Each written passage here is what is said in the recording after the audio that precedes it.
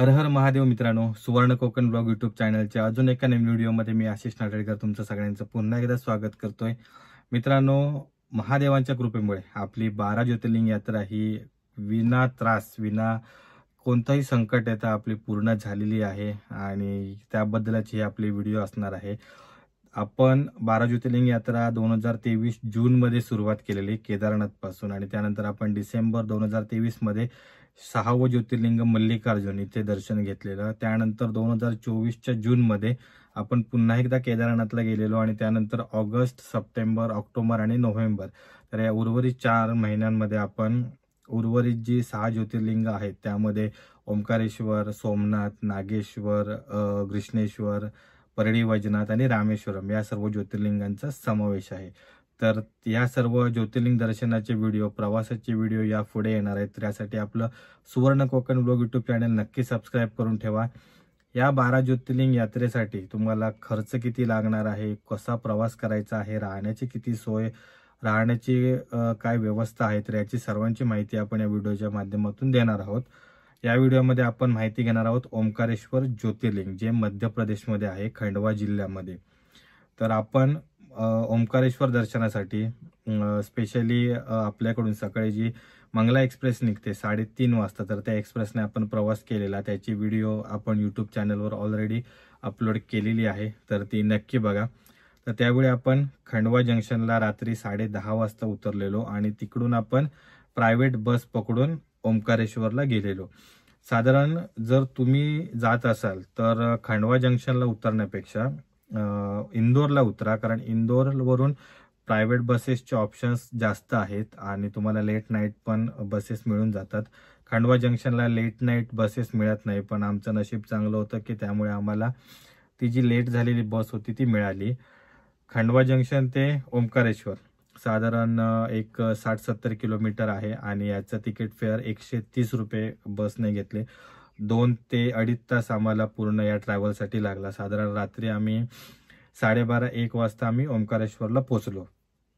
तर या ठिकाणी आम्ही रूम्स बघत होतो, पण रूम्स खूप महाग भेटत होते, म्हणजे जवळपास 1200-1500 रुपये। आम्ही जवळपास 4 जण होतो ज्यांची ट्रेनमध्ये ओळख झालेली। यावेळी मी एकटाच प्रवास करत होतो आणि जे ट्रेनमध्ये ओळख झालेली होती ते पण ओंकारेश्वरला जात होते आणि आम्ही चौघांसाठी रूम बघत होतो, तर 1200-1500 रुपये फक्त सकाळी 9 वाजेपर्यंत।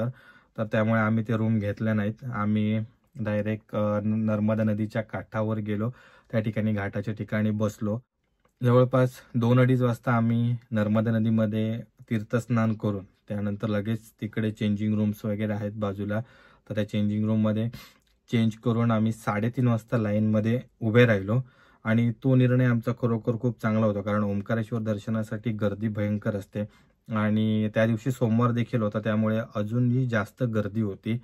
तर आम्ही 3:30 वाजता लाईनमध्ये राहिलो। 4:30 वाजता लाईन सोडण्यात आली, पण 4:30 ते 5, 4 ते 5 या दरम्यान आरती चालू असते, त्यामुळे त्या ठिकाणी आपल्याला आतमध्ये सोडत नाहीत। तर ज्यावेळी आरती संपते 5-5:30 वाजता, तर त्यावेळी दर्शनाच्या रांगा सुरू केल्या जातात। साधारण 5:30 वाजता दर्शन रांग सुरू झाल्यानंतर आम्हाला हार्डली पाऊण तासामध्ये दर्शन मिळालं। जर तुम्ही इतर वेळी जात असाल तर लाईन्सचा अंदाज घेऊन त्या प्रकारे तुम्ही जाऊ शकता। तर भयंकर गर्दी होती, पण दर्शन व्यवस्थित झालं। गाभाऱ्यामध्ये आपल्याला जाऊन दर्शन मिळालं शिवलिंगांच्या जवळ, पण शिवलिंगाला आपल्याला स्पर्श करता येत नाही, कारण त्या ठिकाणी एक काच लावलेली आहे, त्यामुळे त्या काचेच्या बाहेरूनच तुम्हाला दर्शन घेता येतं। जर तुम्हाला बेलपत्र, फुलं, त्याच्यानंतर गंगाजल जर अर्पण करायचं असेल तर त्या ठिकाणी सर्व जे ऑप्शन्स आहेत ते दिलेले आहेत, तर त्या ठिकाणी तुम्ही ती सर्व बेलपत्र आणि ठेवू शकता। मित्रांनो, ओंकारेश्वर दर्शन झाल्यानंतर या ठिकाणी ममलेश्वर ज्योतिर्लिंगाचं देखील दर्शन आपल्याला करावं लागतं। त्याचवेळी आपण आपलं एक ज्योतिर्लिंग दर्शन पूर्ण होतं। हे 12 ज्योतिर्लिंगांमधील एकमेव असं ज्योतिर्लिंग आहे की त्यामध्ये 2 देवस्थानांचा या ठिकाणी समावेश आहे। तर त्या 2 ज्योतिर्लिंगाला तुम्ही दर्शन घेतल्यानंतर तुमचं एक ज्योतिर्लिंग पूर्ण मानलं जातं। तर ते नर्मदा नदीच्या दुसऱ्या किनाऱ्यावर आहे, म्हणजे ज्या ठिकाणी बस स्टँड वगैरे आहे, तर त्या रोडला ते ज्योतिर्लिंग आहे। तर त्या ठिकाणी देखील तुम्ही दर्शन घ्या ममलेश्वर। त्यासोबत तुम्ही ओम पर्वताची परिक्रमा देखील करू शकता। जवळपास 2 ते 2.5 तास जर तुम्ही फक्त चालतच फिरलात तर साधारण 2 तास लागतात. आणि जर सर्व मंदिर आहेत त्या ठिकाणी, खूप जुनी मंदिरं आहेत. आद्यगुरु शंकराचार्य यांचा मोठा पुतळा बसवलेला आहे, तर त्यांचं देखील तुम्ही दर्शन त्या ठिकाणी घेऊ शकता. तर या सर्व परिक्रमेला साधारण 2.5 ते 3.5 तास पूर्ण वेळ जातो. जर तुम्हाला ती परिक्रमा करायची असेल तर करू शकता.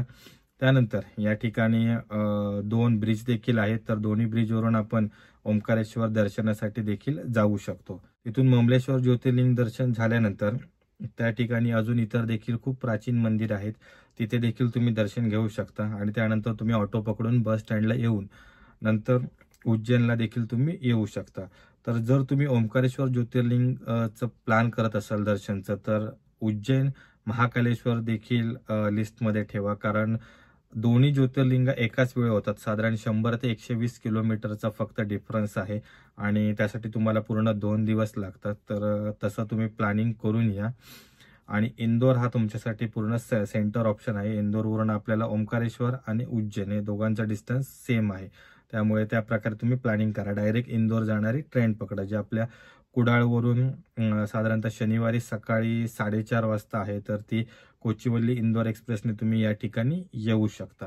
किंवा मुंबईवरून देखील भरपूर साऱ्या इंदोरसाठी ट्रेन आहेत, तर त्या उज्जैनला थांबतात, त्यामुळे त्या प्रकारे देखील तुम्ही प्लॅनिंग करू शकता. मित्रांनो, ओंकारेश्वर आणि महाकालेश्वर उज्जैन अशा 2 ज्योतिर्लिंगांचं दर्शन मी या यात्रेमध्ये घेतलं. महाकालेश्वर ज्योतिर्लिंग दर्शन मी यापूर्वी देखील घेतलेलं, म्हणजे जे आपण 2023 मध्ये ज्योतिर्लिंग दर्शन केलेलं, तर त्यामध्ये देखील आपण महाकालेश्वर ज्योतिर्लिंगाचं दर्शन घेतलेलं. पण यावेळी ओंकारेश्वरला गेल्यामुळे त्या ठिकाणी महाकालेश्वर ज्योतिर्लिंग जवळच होतं, त्यामुळे आपण तिकडे देखील दर्शन घेतलं. तर आपल्याला ओंकारेश्वर आणि महाकालेश्वर, तर या 2 ज्योतिर्लिंगाच्या दर्शनासाठी एकूण खर्च किती आला? साधारणतः मंगला एक्सप्रेसचं स्लीपरचं तिकीट हे साधारण 600 रुपये आहे. त्यानंतर ट्रेनमध्ये तुम्हाला जेवणासाठी वगैरे एक 200 रुपये लागू शकतात. तर 800 रुपये तुम्हाला 800 ते 1000 रुपये हे साधारण एक प्रवासाचा खर्च होतो. त्यानंतर खंडवा जंक्शन ते ओंकारेश्वर, तर या प्रवासासाठी 130 रुपये बसचं तिकीट होतं. त्यानंतर त्या ठिकाणी मी स्टे केला नाही, त्यामुळे तिथले माझे जे 500-1000 रुपये होते तर ते वाचले. जर तुम्ही स्टे केला तर तुम्हाला ते एक 500-1000 रुपये एक्स्ट्रा तुमच्या खर्चामध्ये जोडावे लागतील.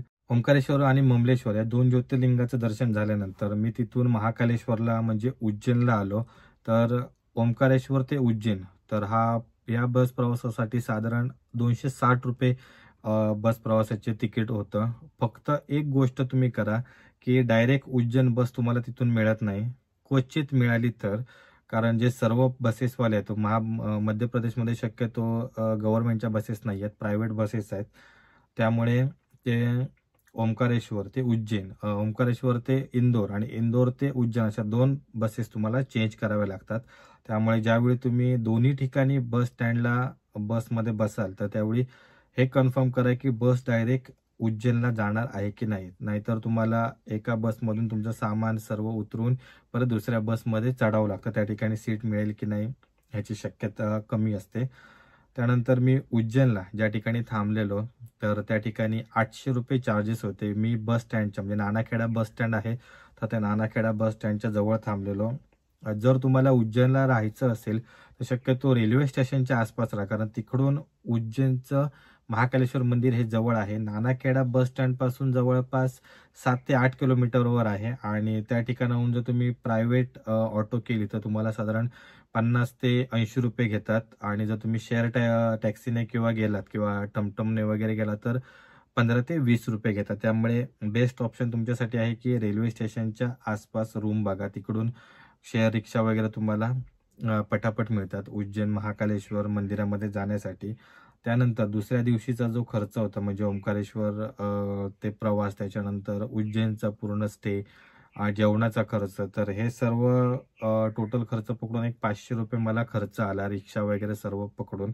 तर एकूण उज्जैन, एकूण कणकवली ते उज्जैन महाकालेश्वर दर्शनापर्यंत, म्हणजे कणकवलीवरून निघालो, ओंकारेश्वरला दर्शन घेतलं, तिकडून मी महाकालेश्वर दर्शन घेतलं. तर या सर्व माझ्या प्रवासाचा खर्च मला पूर्ण टोटल 2390 म्हणजे साधारण एक 2400 ते 2500 रुपयापर्यंत आला.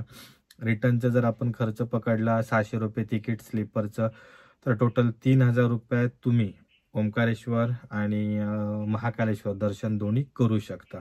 उज्जैन दर्शनानंतर आपण इथून पुढे ज्योतिर्लिंग आहे सोमनाथ, तर त्या ठिकाणी आपण जाणार आहोत. तर त्या सोमनाथ दर्शनाच्या प्रवासाचा व्हिडिओ म्हणजे आपण उज्जैन ते सोमनाथ रेल्वेने प्रवास केला, त्यानंतर सोमनाथला दर्शन घेतलं, तर हे सर्व व्हिडिओ पुढे येणारच आहेत. तर ते नक्की बघा. ही व्हिडिओ कशी वाटली ती कमेंट करून नक्की सांगा. जर चॅनलला नवीन असाल मित्रांनो तर आपलं सुवर्ण कोकण ब्लॉग यूट्यूब चॅनल नक्की सबस्क्राईब करा. या व्यतिरिक्त आपण कसा प्रवास केला तर हे आपण तुम्हाला सांगितलंय. या व्यतिरिक्त तुमचे काही प्रश्न असतील तर आम्हाला कमेंट बॉक्समध्ये नक्की विचारा, आपण नक्की त्याची उत्तरं देऊ.